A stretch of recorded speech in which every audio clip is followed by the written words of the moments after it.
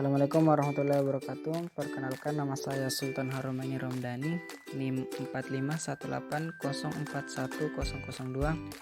Sebelumnya, saya ucapkan terima kasih kepada Ibu dosen Dr. Suryani Sahrir dan rekan-rekan sekalian. Pada kesempatan kali ini saya akan menjelaskan mengenai materi pengertian dampak dan pencegahan erosi. Adapun tugas MIT ini untuk melengkapi mata kuliah angkutan sedimen dan erosi. Semoga materi ini dapat bermanfaat. Terima kasih.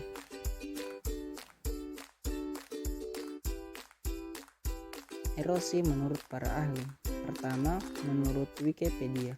Menurut Wikipedia, erosi adalah peristiwa pengikisan padatan, sedimen, tanah, batuan, dan partikel lainnya yang diakibatkan oleh transportasi angin, air, es, karakteristik hujan, kirin pada tanah, dan material lainnya yang di bawah pengaruh gravitasi, atau oleh makhluk hidup semisal hewan yang membuat liang. Dalam hal ini disebut dengan bioerosi.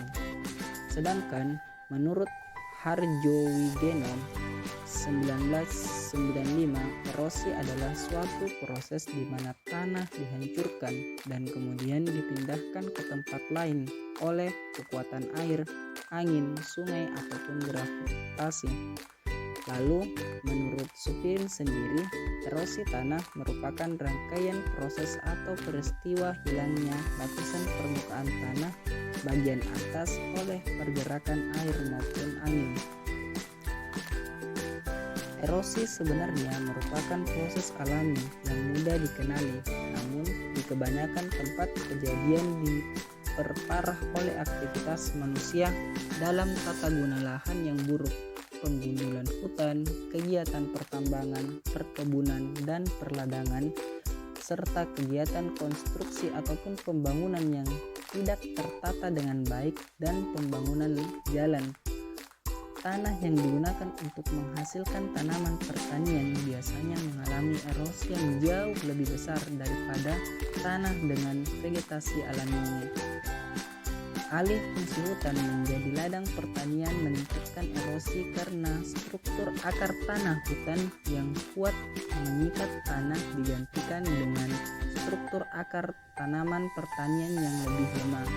Bagaimanapun, praktik tata guna lahan yang maju dapat membatasi erosi menggunakan teknik semisal trekking building, praktik konservasi ladang, dan penanaman pohon. Tahapan terjadinya erosi, terdapat 3 tahapan proses terjadinya erosi. Pertama yaitu tahapan pengelupasan atau detachment. Kedua yaitu tahap pengangkutan atau transportation. Yang ketiga yaitu tahap sedimentasi atau sedimentation. Jadi di sini saya akan menjelaskan satu persatu tahapannya. Pertama yaitu tahapan pengelupasan atau detachment. Pada proses awal erosi diawali dengan proses pengelupasan oleh air hujan, di mana percikan air hujan adalah media utama dalam pengelupasan partikel dalam tanah.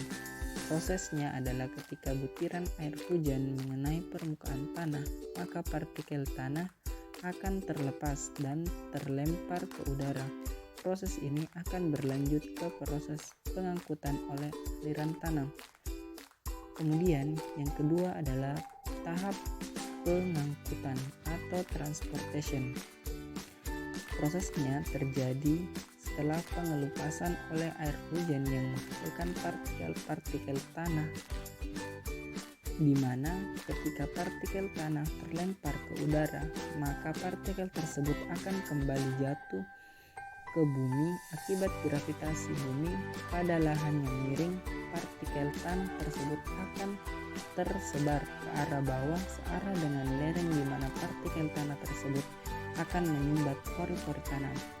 Percikan air hujan yang tadi akan menimbulkan pembentukan lapisan tanah yang keras pada lapisan tanah di bagian permukaan. Kejadian ini mengakibatkan menurunnya tingkat kapasitas dan laju inflasi di tanah, di mana pada kondisi intensitas hujan akan melebihi laju invasi yang akan menimbulkan genangan air di permukaan tanah, yang kemudian akan menjadi aliran air di permukaan tanah. Aliran inilah yang nantinya digunakan untuk mengangkut partikel-partikel yang terlepas tadi. Kemudian pada proses sedimentasi, proses ini berlangsung ketika energi aliran di permukaan mulai menurun dan tidak mampu lagi untuk mengangkat partikel tanah yang terlepas. Proses sedimentasi tersebut terjadi sementara yang berada di lereng yang bergelombang seperti lereng yang cekung dan dapat menampung endapan partikel yang hanyut oleh aliran air. Ketika hujan turun maka endapan sementara terjadi akan terangkut kembali melalui dataran yang lebih rendah. Proses pengendapan terakhir ini terjadi di kaki bukit yang relatif datar, daerah sungai dan waduk. Jika pengendapan terjadi di daerah sungai, maka partikel tanah dan unsur hara yang terlarut dalam aliran permukaan akan mengalir dan akan menyebabkan pendangkalan. Jenis-jenis erosi. Erosi dibedakan menjadi 5 bagian. Pertama yaitu erosi air, kedua erosi angin, ketiga erosi es, keempat erosi gravitasi, dan terakhir yaitu erosi organisme. Pertama kita akan menjelaskan mengenai erosi air. Erosi air adalah proses terkikisnya dan terangkutnya jenis tanah yang disebabkan oleh aktivitas atau gerakan air dan terangkutnya lapisan tanah yang disebabkan oleh aktivitas atau gerakan air. Gerakan air tidak hanya mengalir saja, tetapi juga air jatuh atau menetes. Erosi ini dapat terjadi dalam beberapa bentuk seperti splash erosion, sheet erosion, rill erosion, gully erosion, dan valley erosion. Lalu kemudian yaitu erosi angin. Erosi ini terjadi oleh angin yang diakibatkan oleh tiupan angin itu sendiri. Erosi ini terjadi di daerah yang tidak bervegetasi atau bervegetasi sangat jarang di daerah gurun atau pesisir. Erosi ini dapat dibedakan menjadi dua, yaitu deflasi dan abrasi. Deflasi itu sendiri yaitu erosi oleh angin yang bertiup dan menyebabkan material lepas yang halus terangkut. Sedangkan untuk abrasi sendiri yaitu erosi yang disebabkan oleh material-material yang halus yang diangkut oleh angin ketika angin menerpa suatu batuan. Selanjutnya erosi yang ketiga yaitu erosi es. Erosi ini terjadi oleh gerakan massa es dalam bentuk gletser. Gletser dapat menyebabkan abrasi atau penggerukan oleh material-material yang diangkutnya. Dapat menyebabkan retakan pada batuan karena berurutan ketika gletser bergerak. Kemudian yang keempat yaitu erosi gravitasi. Erosi ini yaitu erosi yang disebabkan oleh batuan atau sedimen yang bergerak terhadap kemiringannya, yang merupakan proses erosi yang disebabkan oleh gaya berat massa. Ketika massa bergerak dari tempat yang tinggi ke tempat yang rendah, maka terjadilah apa yang disebut dengan pembuangan massa. Dalam proses terjadinya erosi, pembuangan massa memiliki peran yang penting karena arus air dapat memindahkan material ke tempat-tempat yang jauh lebih rendah. Proses pembuangan massa terjadi terus-menerus, baik secara perlahan maupun secara tiba-tiba, sehingga dapat menimbulkan bencana dan tanah longsor. Kemudian yang terakhir yaitu adalah erosi organisme. Erosi ini terjadi karena aktivitas organisme yang melakukan pemboran, penggerukan, atau penghancuran terhadap batuan. Erosi ini disebut juga bioorganisation. Kemudian kita akan menjelaskan mengenai dampak erosi.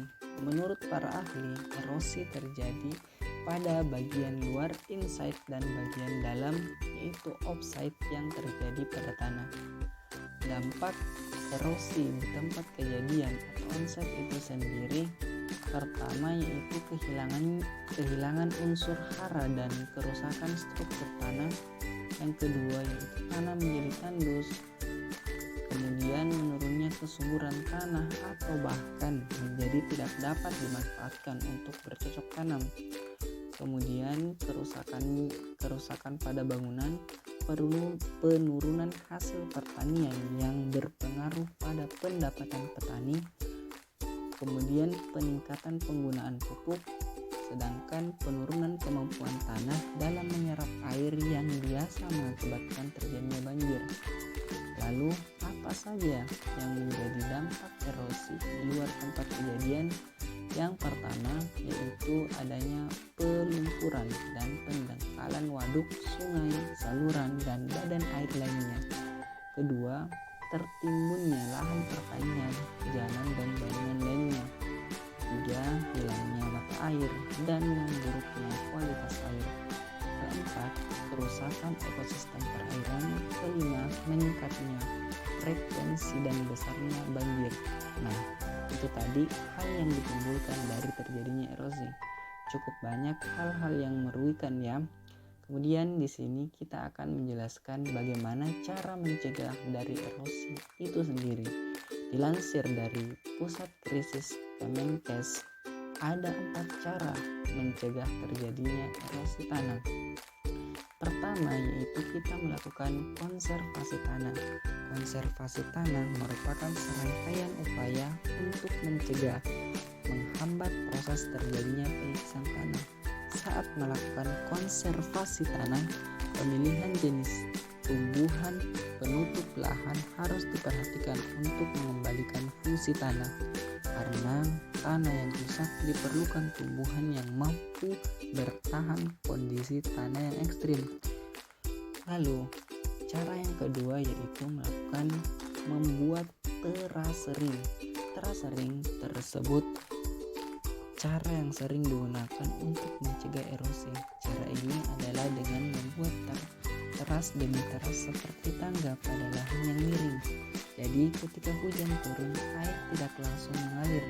Begitu saja sehingga proses terjadinya pengikisan tanah tidak ditekan seminimal mungkin. Bisa ditekan seminimal mungkin. Dengan membuat sistem lahan yang berteras seperti ini akan membuat tanah semakin stabil dan sangat baik untuk tanaman yang tumbuh di atas tanah tersebut.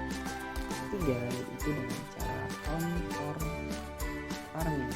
Contour farming adalah sistem penanaman berdasarkan garis kontur suatu tanah sehingga sistem perakaran tanaman jadi semakin kuat sehingga bisa menahan tanah ketika terjadi hujan deras. Pembukaan sistem kontur tanah ini seperti membuat perangkap tanah sehingga tidak mudah hanyut terbawa air, membuat teras, bangku atau gundukan. Lalu yang terakhir yaitu melakukan reboisasi. Reboisasi menjadi salah satu cara pencegahan yang paling bermanfaat pengaruhnya. Penyebab erosi bukan hanya karena buruknya sistem bercocok tanam, tetapi juga bisa terjadi karena dampak kerusakan hutan yang gundul akibat ulah manusia. Sangat baik jika melakukan penebangan pohon, lahan harus ditanami pohon kembali atau melakukan reboisasi. Baik, itulah tadi beberapa materi yang saya bawakan untuk pengantar mengenai materi erosi. Sekian dari saya. Billahi taufiq wal hidayah. Wassalamualaikum warahmatullahi wabarakatuh.